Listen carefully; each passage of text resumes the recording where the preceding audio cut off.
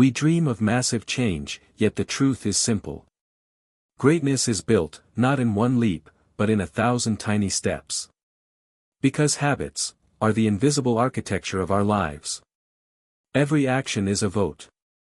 Every repetition, a whisper to your identity. I am this kind of person. In this audiobook, adapted from Atomic Habits by James Clear, you'll discover how small improvements compound into remarkable results. How to build habits that last, break the ones that hold you back, and design a system where success becomes inevitable. Introduction: The surprising power of atomic habits. James Clear begins Atomic Habits with a simple yet powerful idea, that small habits, when repeated consistently, create extraordinary results over time. Just like compound interest grows your money, tiny improvements compound to shape your identity, behavior, and success. He illustrates this with a story from his own life. After a terrible baseball accident in high school left him severely injured, he rebuilt his life step by step through small habits, staying organized, studying a bit more, and training consistently.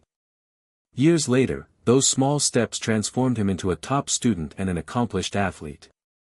The lesson is clear: big goals don't guarantee progress, systems do. Goals are about the results you want, but systems are about the processes that lead there. Focusing on small daily improvements creates lasting change, while focusing only on goals often leads to frustration. Clear introduces the plateau of latent potential, explaining that results often take time to appear, just like heating an ice cube that doesn't melt until it reaches 32 degrees. Success is the result of patient persistence, not sudden breakthroughs. Finally, he emphasizes that true change comes from identity. You don't rise to the level of your goals, you fall to the level of your systems. The key is to shift from, I want to achieve this, to, I want to become this kind of person. Small habits are not just actions, they are votes for the type of person you want to be. Part 1, The Fundamentals: Why Tiny Changes Make a Big Difference. Chapter 1, The Surprising Power of Atomic Habits. James Clear begins with one powerful truth: small habits make a big difference. We often think success requires massive action, bold decisions, dramatic effort, or life-changing moments. But in reality, the real magic lies in the small, consistent actions we repeat every single day. Clear introduces the idea of atomic habits. The word atomic means both tiny and the fundamental unit of a larger system.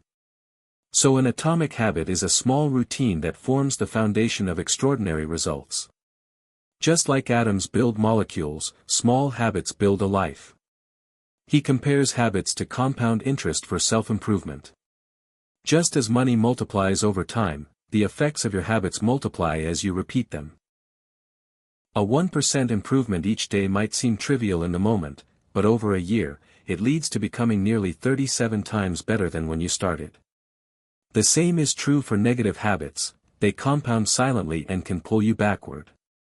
James Clear shares his personal story of recovery. In high school, a baseball bat accident nearly killed him. He broke his nose, fractured his skull, and suffered brain swelling. His dream of playing professional baseball was destroyed. But during his slow recovery, he began focusing on small actions: keeping his room tidy, doing his schoolwork on time, and exercising gently. These tiny, consistent habits didn't seem like much, but over time, they rebuilt his identity and transformed his life. Eventually, he became one of the top students and returned to baseball at the college level. Through this story, Clear emphasizes that habits are not about single moments of change, they are about gradual growth. He introduces the concept of the plateau of latent potential. Often, we work hard for weeks or months with little visible progress. Most people quit during this stage because they can't see immediate results. But in truth, success is happening beneath the surface, much like an ice cube that finally melts when the temperature hits 32 degrees. Every degree of warming before that mattered, even if nothing seemed to change. This teaches us that habits are built through persistence, not intensity. Small improvements are easy to overlook, but they are the foundation of long-term transformation. Clear also explains why systems matter more than goals. Goals are about the results you want. I want to lose weight, or I want to make more money. Systems are about the processes that lead to those results, your daily habits, routines, and environment. You don't rise to the level of your goals, you fall to the level of your systems. If you want better outcomes, you must fix the habits that produce them.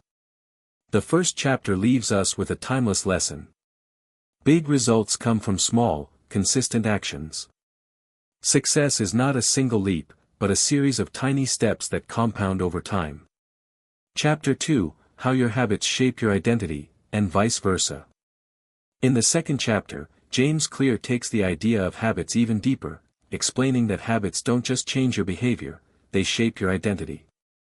Every action you take is a vote for the type of person you wish to become.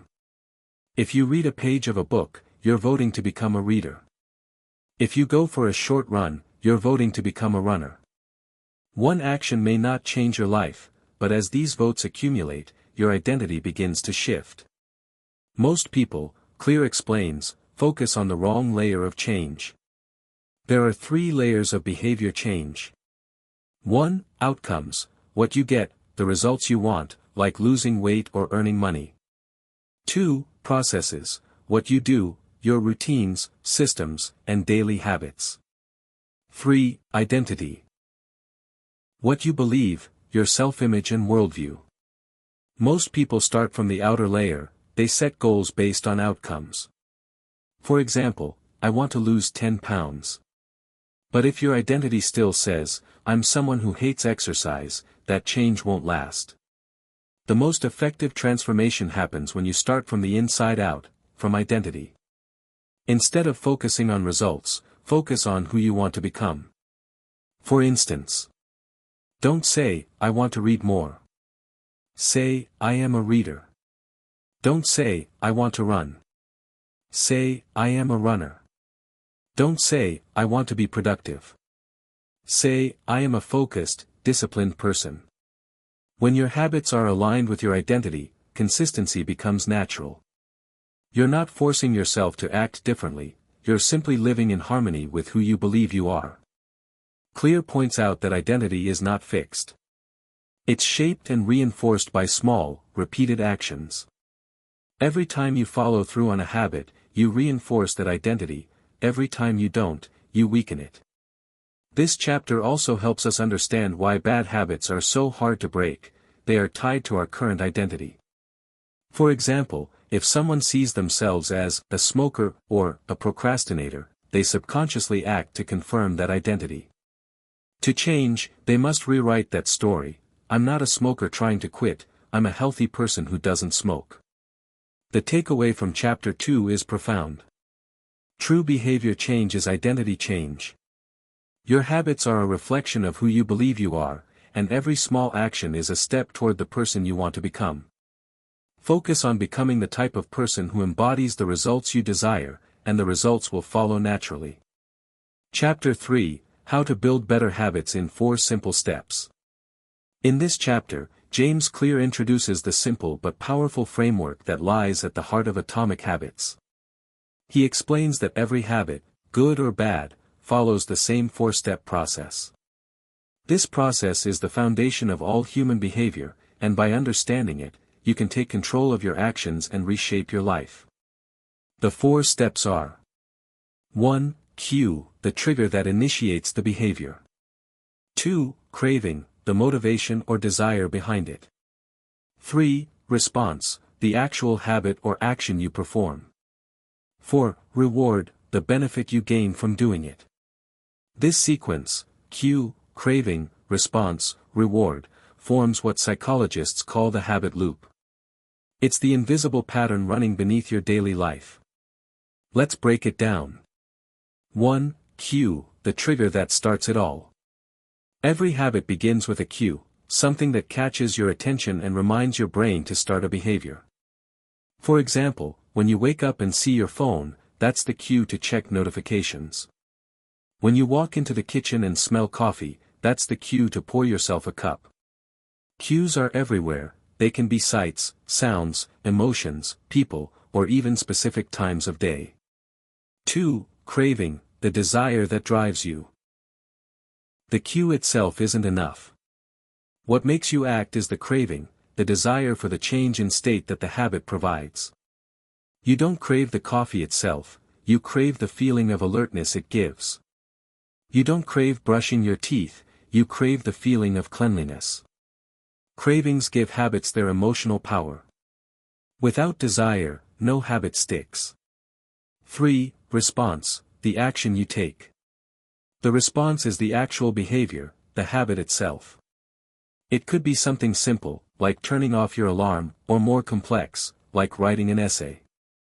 Whether you act on a craving depends on two things, your motivation and your ability. If the action requires too much effort, you won't do it. That's why good habits need to be easy, and bad habits need to be made difficult. 4. Reward, the satisfaction that reinforces it. Finally, every habit ends with a reward, a feeling of pleasure or relief that tells your brain, yes, this was worth it. Rewards are how your brain learns which habits to repeat in the future. They satisfy your craving and teach you that the behavior led to something positive. Without a reward, your brain has no reason to repeat the action. Together, these 4 steps form a feedback loop that is constantly running in your life. Cue craving response reward cue craving response reward. James Clear explains that your brain is always scanning the environment for cues that predict rewards. Over time, you start anticipating the reward before it even happens, and that anticipation drives your behavior. This is how habits become automatic. The science behind it. Clear connects this to neuroscience. In the early days, humans used this habit loop for survival. Cues like rustling bushes triggered cravings for safety, which led to responses like running away, rewarded by survival. Today, the same loop runs when we check social media, snack while bored, or exercise regularly. The difference is that now, the cues and rewards are shaped by modern life. He also emphasizes that habits are neutral. Your brain doesn't care whether a habit is good or bad. It simply repeats whatever has been rewarded in the past. That's why awareness is the first step to change. You can't improve a habit you don't recognize. The 4 laws of behavior change. James Clear uses these 4 stages to build his famous framework, the 4 laws of behavior change, a simple set of rules for building good habits and breaking bad ones. They are: 1. Cue, make it obvious. 2. Craving, make it attractive. 3. Response, make it easy. 4. Reward, make it satisfying. He explains that if you want to build a good habit, apply all 4 laws. If you want to break a bad one, invert them. 1. Make the cue invisible. 2. Make the craving unattractive. 3. Make the response difficult. 4. Make the reward unsatisfying. This simple framework allows anyone to take control of their behavior, one small step at a time. Part 2, the first law, make it obvious. Chapter 4, the man who didn't look right. James Clear begins this chapter with a story that seems almost like a mystery. A nurse was attending to a patient in an emergency room, an ordinary man, sitting quietly on the hospital bed. His tests looked fine, his symptoms weren't alarming, and yet the nurse felt something strange. She couldn't explain it logically, but something about him didn't look right. Acting on instinct, she called for immediate help. Moments later, the patient went into cardiac arrest. Her intuition, born from years of experience, saved his life. Clear uses this story to show how our brains develop powerful pattern recognition systems. Through repetition and exposure, we unconsciously learn to pick up on cues, signals, and changes in our environment, often without realizing it. The nurse didn't consciously know what was wrong, her brain had subconsciously processed subtle details and recognized danger. In the same way, our daily behaviors, our habits, are shaped by cues that we often don't notice. The sound of an alarm triggers our morning routine. The sight of a phone lights up the urge to check social media. The smell of coffee tells our brain it's time to start the day. Cues are everywhere, silently guiding our actions. Clear introduces the habit loop, a four-step pattern that drives every behavior. 1. Cue, the trigger that initiates a behavior. 2. Craving, the desire or motivation behind the action. 3. Response, the actual behavior itself. 4. Reward, the satisfaction or outcome that reinforces the habit. When this loop repeats, it becomes automatic. We no longer think, we just act. The key to building better habits, Clear says, begins with awareness. You can't change what you don't recognize. Most people try to change their behavior without first identifying the cues that drive it. But awareness is the first step toward control. He introduces a simple but powerful technique inspired by Japanese train operators called pointing and calling. When train operators check signals, they literally point at the gauge and say out loud what they see: signal is green. Speed is 80.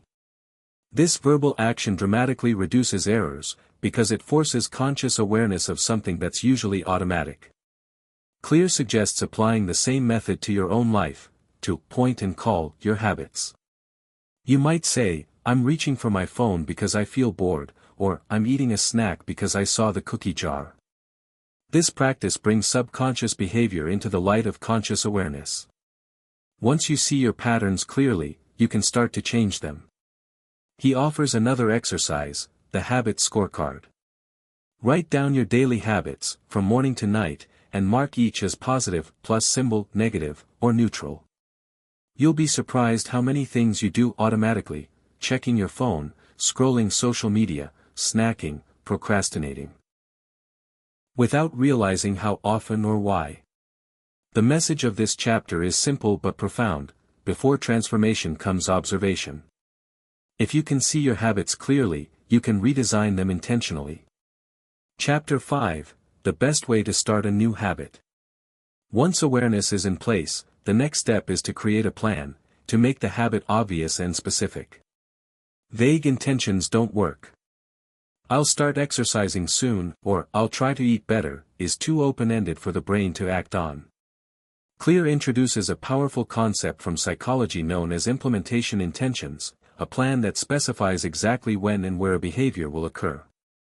Instead of saying, I'll exercise more, you say, I will work out at 6 p.m. in the living room. I will study at 8 a.m. at the kitchen table. The formula is simple. I will, behavior, at, time, in, location. This structure gives the brain clarity and direction. It removes ambiguity and makes action automatic. Research shows that people who write down clear implementation intentions are far more likely to follow through, not because they have more motivation, but because they've removed decision fatigue. Clear also introduces another concept called habit stacking, linking a new habit to an existing one. Instead of trying to build a new habit from nothing, you attach it to something you already do every day. For example, after I brush my teeth, I will meditate for 1 minute. After I pour my morning coffee, I will write down one thing I'm grateful for. This method works because your current habits are already deeply wired into your brain. By piggybacking new habits onto existing routines, you create strong, reliable triggers. Clear warns against relying solely on motivation or willpower. Motivation fluctuates, but structure endures. When you know when and where to act, you don't waste energy deciding, you just follow the plan. He summarizes this beautifully: you do not rise to the level of your goals, you fall to the level of your systems. Implementation intentions and habit stacking help you build those systems, reliable frameworks that make good behavior obvious and automatic. Chapter 6: Motivation is overrated, environment often matters more. In this chapter, Clear dismantles one of the biggest myths about behavior change, that motivation is the key to success. Motivation helps in the beginning, but it fades. The real driver of long-term habits is environment. He points to studies showing that our surroundings shape our actions more than we realize. When items are visible and accessible, we're more likely to use them. When they're hidden or distant, we forget about them. For example, if you want to eat healthier, leave a bowl of fruit on the counter and hide the chips in a cabinet. If you want to drink more water, place a bottle on your desk. Small adjustments in your environment can dramatically change your behavior without requiring extra effort or motivation. Clear shares the story of a hospital cafeteria experiment where researchers rearranged drink options. By simply placing bottled water at eye level and soda in less convenient spots, water sales skyrocketed. Nothing else changed, not prices, not advertisements, just placement. This is the power of environmental design. He explains that our brains naturally take the path of least resistance. We gravitate toward whatever is easy, visible, and convenient. Therefore, to build better habits, you must make the cues of good habits obvious and the cues of bad habits invisible. Want to read more? Leave a book on your pillow. Want to watch less TV? Unplug it and hide the remote. Want to practice guitar more often? Place it in the center of the room instead of in the closet. In essence, Clear teaches that environment is the invisible hand that shapes human behavior. You don't need to be more disciplined, you need to be smarter about your surroundings. When your environment supports your desired behavior, change happens naturally. Chapter 7: The Secret to Self-Control. Most people believe that success in breaking bad habits depends on willpower. We imagine that highly disciplined individuals are simply stronger, that they can resist temptation better than others. But Clear shows that this isn't true. Self-control is not about being strong all the time. It's about not putting yourself in situations where you have to be strong. He explains that the most disciplined people are not those who constantly resist temptation, they are those who rarely face it. They have designed their lives and environments in a way that keeps bad cues out of sight and out of mind. For instance, if you're trying to eat healthy, don't keep cookies in the pantry. If you want to focus on work, put your phone in another room. If you're trying to spend less money, unsubscribe from marketing emails. Clear describes how soldiers who returned from the Vietnam War easily overcame heroin addiction once they left the environment where they used it. The cues, the people, places, and routines, were gone, and so was the habit. That's the true power of environment over willpower. He concludes with this powerful insight. You can break a habit, but you're unlikely to forget it. Habits never completely disappear, their neural pathways remain dormant, ready to reawaken when old cues reappear. That's why avoiding cues altogether is the surest path to lasting self-control. The secret to self-control, then, isn't heroic willpower, it's strategic avoidance. You don't need to fight temptation if you never encounter it.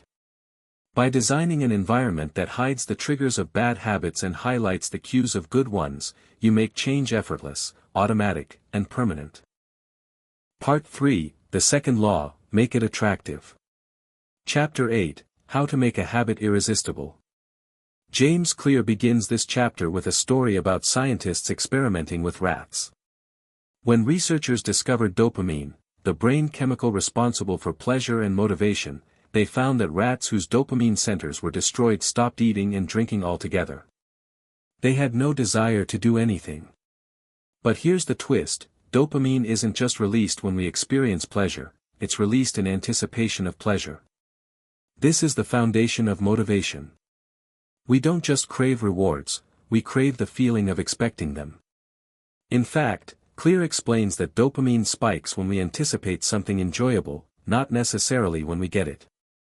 This means our brains are wired to seek what feels promising, not just pleasurable. That's why the smell of pizza can be more tempting than eating the pizza itself. Why checking a notification feels exciting even before you open it.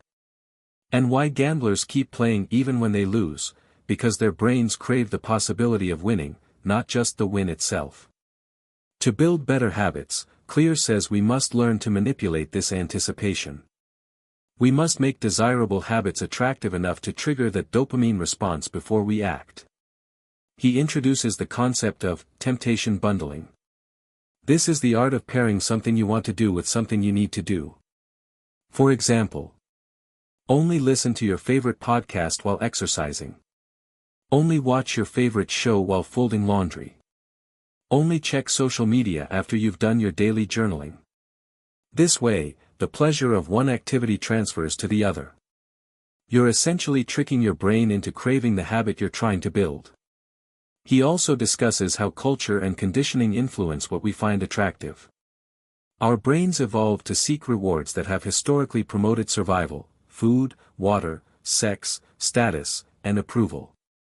But in the modern world, those primal instincts often attach themselves to artificial rewards, like likes, followers, sugar, and instant gratification.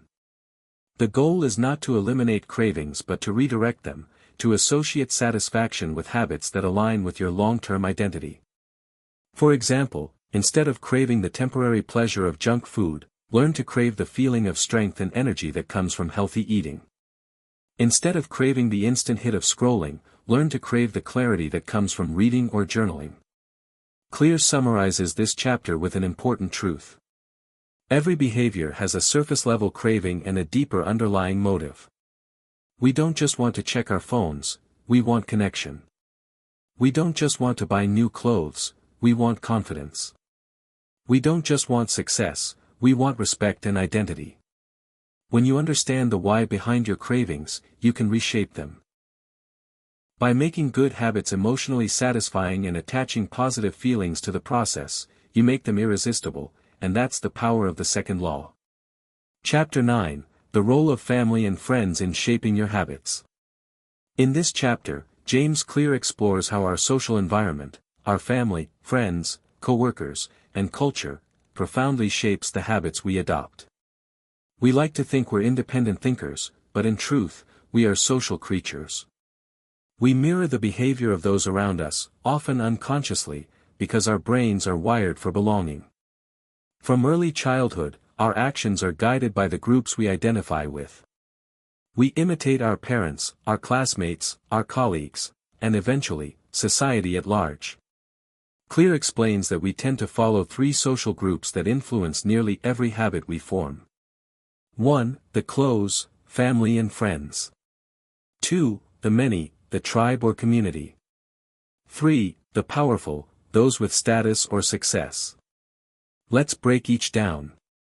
1. The close, family and friends. We are most heavily influenced by the people closest to us. If your family eats healthy, you likely will too. If your friends go to the gym, you'll feel more motivated to join them. If everyone around you smokes or complains, you'll probably pick up those habits as well. Clear notes that proximity is power. You don't need to change your personality to change your habits, you often just need to change your circle. Surround yourself with people who embody the habits you desire. If you want to read more, join a book club. If you want to get fit, hang out with active people. You'll begin to adopt their behaviors naturally, because the human brain craves harmony within its social group. 2. The many, the tribe. Humans are tribal by nature. We seek belonging and acceptance. When we join a group where a certain behavior is normal, that behavior becomes attractive simply because it's socially rewarded. In a gym community, working out is normal. In a tech company, constant learning is normal. In a writer's group, daily writing is expected. Clear points out that this is why accountability groups, masterminds, and communities work so well. They make good habits part of your social identity. When behavior earns you approval and status within your tribe, your brain rewards it with dopamine. We imitate the habits of those around us not because they are logical, but because they make us fit in. If you want to build better habits, find a group where your desired behavior is the norm, where doing the right thing earns you belonging. 3. The powerful, those with status. Finally, Clear explains that we are drawn to imitate people we admire. Status, success, and respect make behaviors attractive. If we see someone we look up to living in a certain way, reading daily, staying disciplined, being confident, we instinctively want to mirror their behavior. This is why role models, mentors, and leaders play such a crucial role in shaping habits. When we associate good habits with success and social reward, they become emotionally magnetic. Clear suggests choosing role models who embody your desired identity, and letting their example pull you upward. You begin to ask not, what do I want to achieve, but, who do I want to become like? Part 4, the third law, make it easy. Chapter 10, walk slowly, but never backward. James Clear opens this chapter with a simple but powerful truth. Most people think success is about intensity, working hard, grinding, and hustling every day. But real progress, he says, is about consistency, showing up, even imperfectly, over and over again. He introduces the concept of repetition over perfection. Too often, people get stuck in the trap of overplanning. They want to find the perfect strategy before they take action. But planning is not progress. Only action creates momentum. He illustrates this with a famous story from a photography class. The teacher divided students into two groups. One group was graded on the quantity of photos they took. The other group was graded on the quality of one perfect photo. By the end of the term, the quantity group, the one taking hundreds of imperfect photos, produced the best work. Why? Because while the quality group was theorizing about perfection, the quantity group was practicing, experimenting, and improving through repetition. The lesson is clear. Motion feels like progress, but it's really a form of procrastination. Action is what actually creates change. You don't need to be perfect, you just need to keep moving forward, step by step. Clear emphasizes the importance of embracing practice over performance. Every time you repeat an action, you reinforce a neural pathway in your brain. Repetition builds automaticity, the ability to do something without conscious thought. That's what habits are, automatic behaviors formed through deliberate repetition. To make a habit stick, focus less on achieving and more on acting. Walk slowly, but never backward. Even small, imperfect actions, done consistently, will compound into extraordinary results over time. Chapter 11, the Law of Least Effort. This chapter explores a fundamental principle of human behavior, the law of least effort. Our brains are hardwired to conserve energy. When faced with two similar options, we will almost always choose the one that requires less effort. It's not laziness, it's survival. Energy is precious, so we naturally gravitate toward what's easy and convenient. James Clear argues that the difference between good habits and bad ones often comes down to friction, the amount of resistance between you and the desired behavior. The greater the friction, the less likely you are to do it.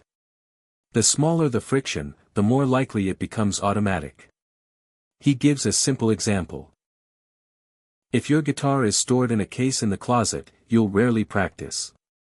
But if it's on a stand in the middle of the room, you'll pick it up more often. If healthy food is buried in the back of the fridge, you'll forget it. But if it's prepped and visible, you'll eat it. In short, the easier a habit is to start, the more likely it is to happen. Clear encourages us to design our environments to reduce friction for good habits and increase friction for bad ones. Want to read more? Place books where you sit. Want to eat less junk? Keep snacks in hard-to-reach places. Want to use your phone less? Leave it in another room. He also introduces the concept of priming the environment. This means preparing your surroundings in advance so the right action becomes the natural one. For instance, if you want to work out in the morning, lay out your clothes and shoes the night before. If you want to cook dinner at home, chop vegetables earlier in the day. If you want to focus deeply, clear your desk of distractions the night before work. By reducing friction, you make the path of least resistance lead to your desired outcome. Clear summarizes this law beautifully. Make your good habits the path of least resistance, and your bad habits the path of greatest resistance. When you make good habits easy and bad habits difficult, success becomes effortless. Chapter 12, How to Stop Procrastinating by Using the 2-Minute Rule. Procrastination is one of the biggest obstacles to change. We delay action because starting feels overwhelming. So Clear gives us one of the simplest and most practical tools in the entire book, the 2-minute rule.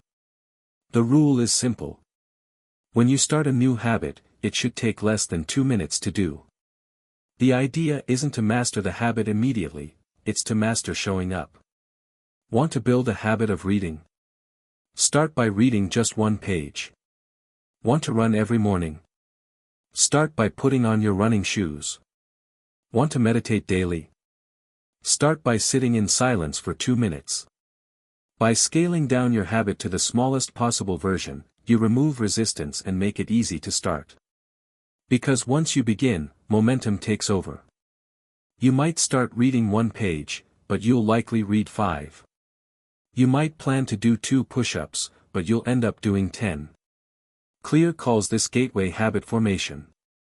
The first 2 minutes act as the gateway that leads to bigger actions. The point is not the size of the habit, it's the consistency of the trigger. He warns against confusing motion, planning, researching, organizing, with action. Real action begins when you start the behavior, even in its smallest form. He also introduces the concept of ritualizing your habits. When you make the beginning of a habit easy and automatic, it becomes a reliable cue for more complex behavior. Over time, those 2 minutes become a ritual, a natural signal to keep going. Clear concludes the chapter with this reminder. A habit must be established before it can be improved. You can't optimize something that doesn't exist. So start small. Focus on showing up. Once you master consistency, intensity will come naturally. Chapter 13, How to Make Good Habits Inevitable and Bad Habits Impossible.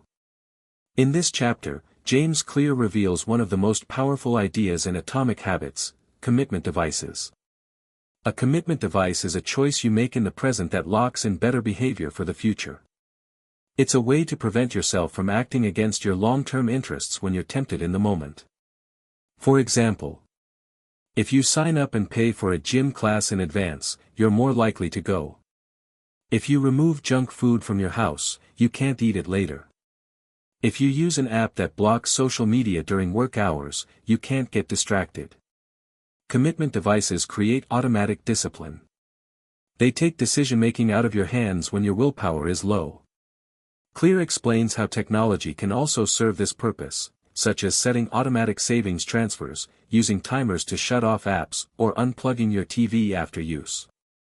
Each small constraint makes your good habits inevitable and your bad habits inconvenient. He uses the example of Victor Hugo, the French author of Les Miserables. Facing a tight deadline, Hugo instructed his servant to lock away all his clothes so he couldn't leave his house. With no distractions, he wrote furiously, and finished his book on time. That's a perfect illustration of reducing bad options and forcing yourself into the right ones. Clear encourages readers to apply this strategy to their own lives. You can automate the habits you want to keep, for example, by scheduling workouts, setting up automatic bill payments, or planning meals ahead. And you can make bad habits nearly impossible, by adding friction, removing cues, or placing barriers between you and temptation. He summarizes this law with a powerful line. The best way to break a bad habit is to make it impractical to do. The best way to build a good one is to make it effortless. In other words, don't rely on willpower. Design your system so that good behavior happens naturally and bad behavior becomes too inconvenient to continue. Part 5, the fourth law, make it satisfying. The final law of behavior change focuses on one of the most powerful forces that shape our habits, satisfaction.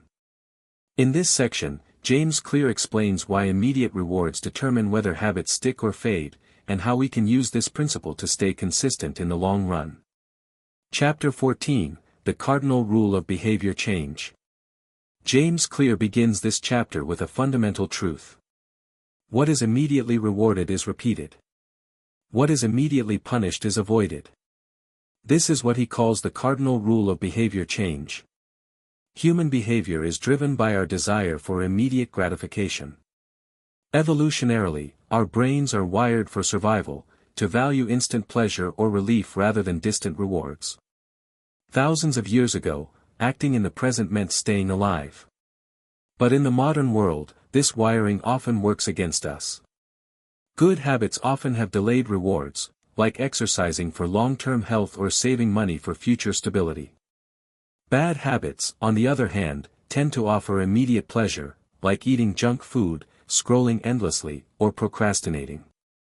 Clear explains that the key to lasting behavior change is to make good habits immediately satisfying and make bad habits immediately unsatisfying.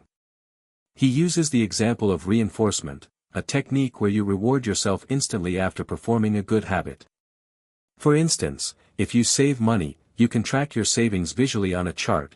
The instant satisfaction of progress becomes its own reward.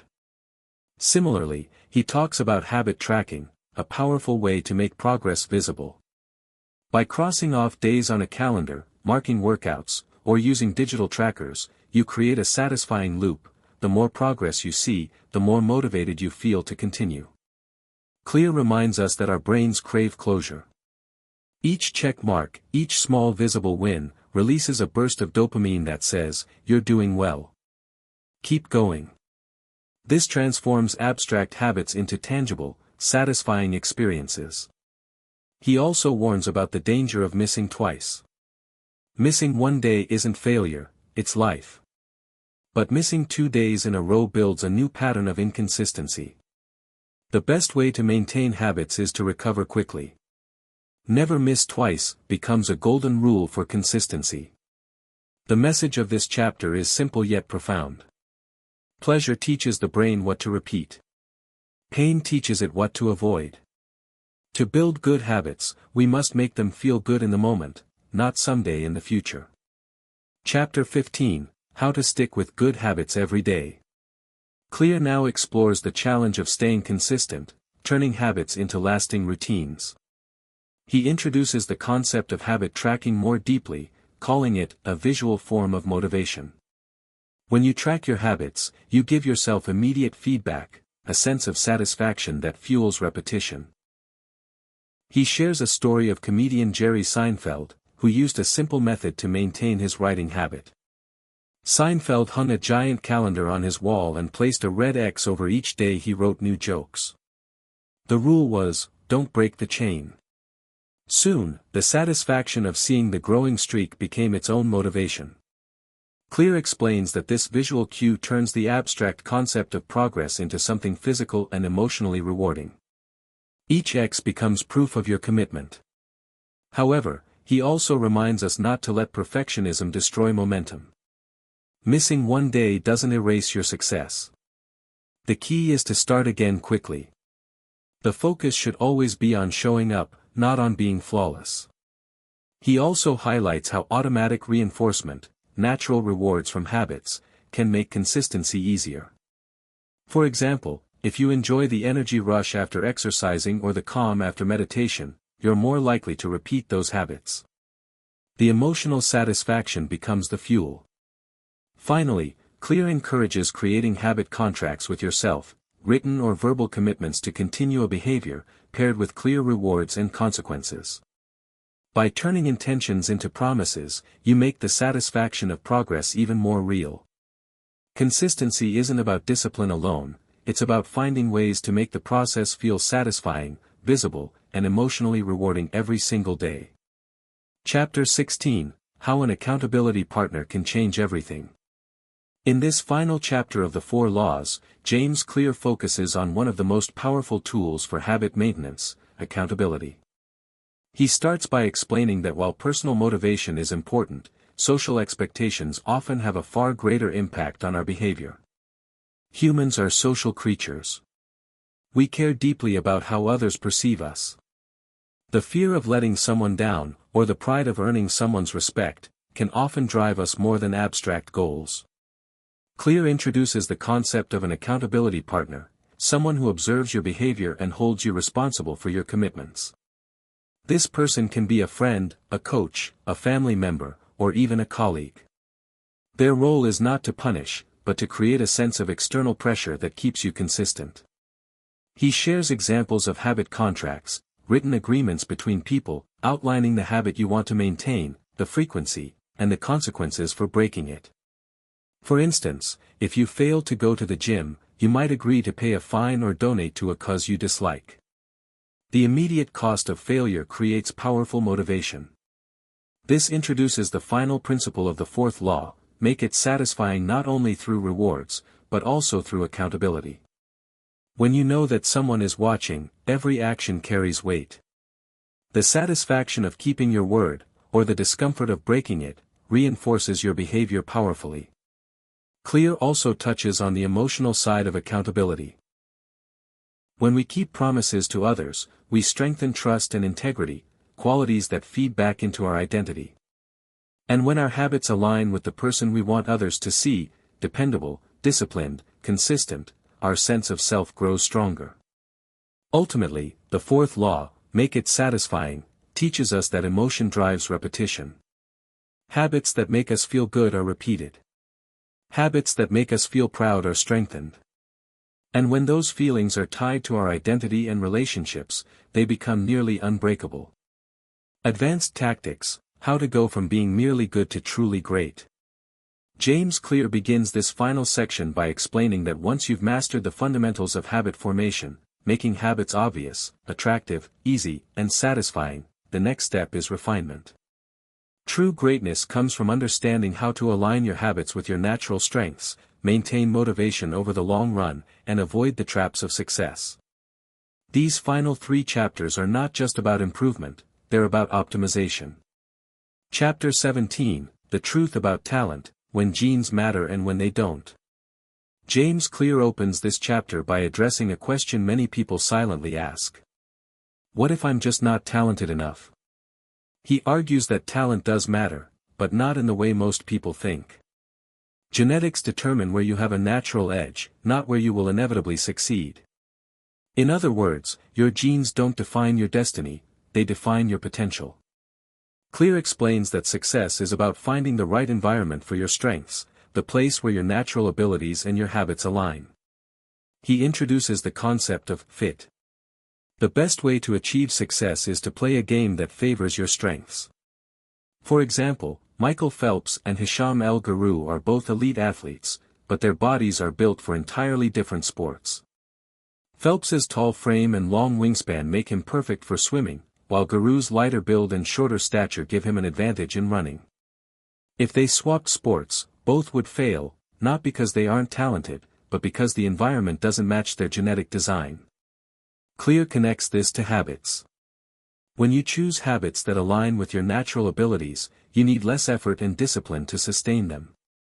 You don't fight friction, you flow with it. If you love writing, reading daily won't feel like a chore. If you're naturally social, networking won't drain you. To find your best fit, Clear suggests asking, what feels fun to me but work to others? Where do I get better faster than the average person? What challenges do I enjoy facing repeatedly?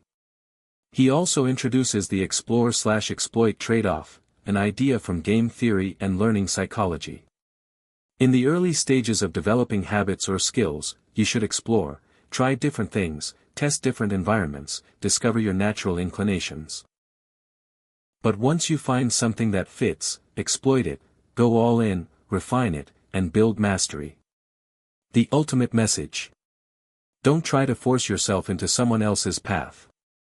Find your natural strengths, build habits around them, and success will come not from struggle, but from alignment.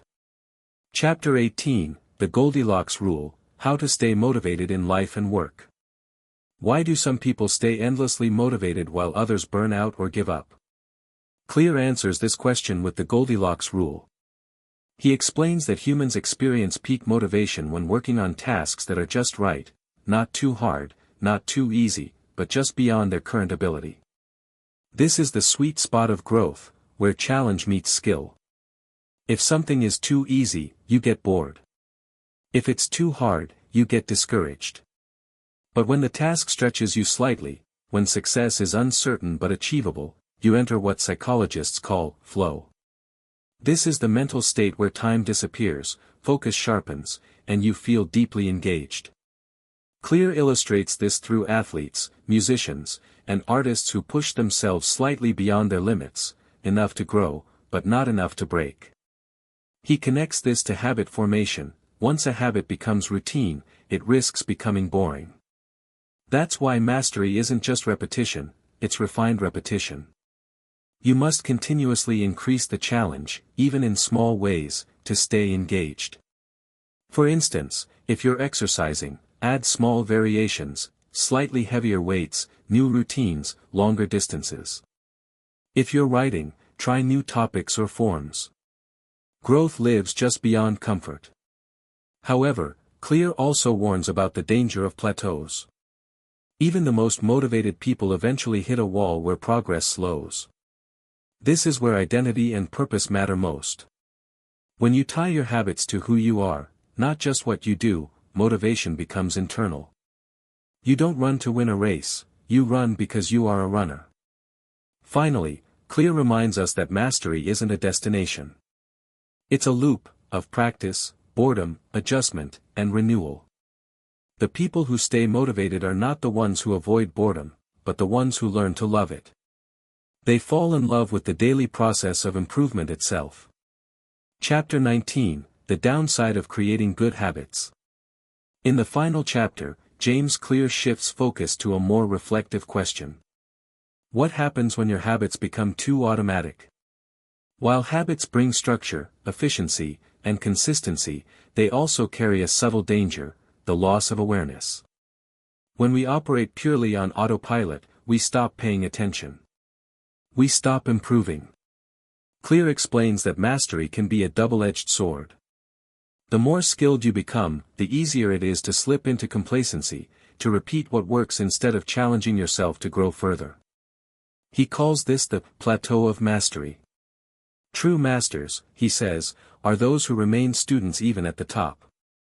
They retain a beginner's mindset. Always questioning, always refining. Professionals never say, "I've made it." They say, "How can I get even better?" To avoid the trap of over-automation, Clear suggests. Review your habits regularly. Ask, is this still serving me?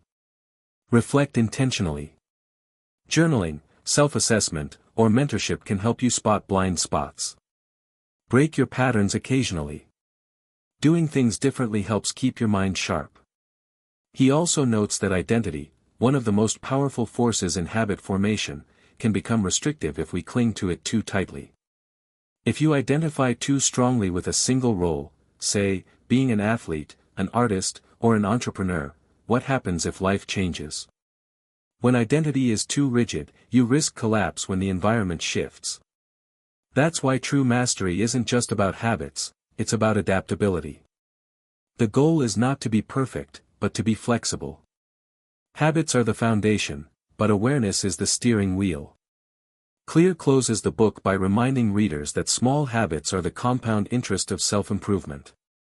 Just as money multiplies when you reinvest it, the effects of your habits multiply as you refine them over time. Every action you take is a vote for the type of person you wish to become.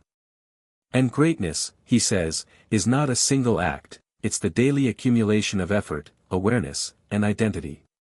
Conclusion, the secret to results that last. As Atomic Habits comes to a close, James Clear reveals one final, timeless truth. Lasting change doesn't come from a single transformation, it comes from a system of small, consistent improvements that compound over time. He reminds us that success is not a finish line to be crossed, it's a cycle, a process of constant refinement, learning, and identity growth. Every action you take, no matter how small, casts a vote for the person you wish to become. It's not about doing something once, it's about doing it again and again, until it becomes a part of who you are. Clear calls this the aggregation of marginal gains. It means that if you improve just 1% each day, those small victories stack up, not additively, but exponentially. Over time, the gap between who you are and who you want to be becomes a reflection of your habits. He also emphasizes that true behavior change is identity change. You're not just trying to read more books, you're becoming a reader. You're not just trying to run a marathon, you're becoming a runner. You're not just trying to be productive, you're becoming the kind of person who values progress over perfection. Results fade when identity doesn't change. But when you reshape how you see yourself, your habits follow naturally, because now, your behavior aligns with your beliefs.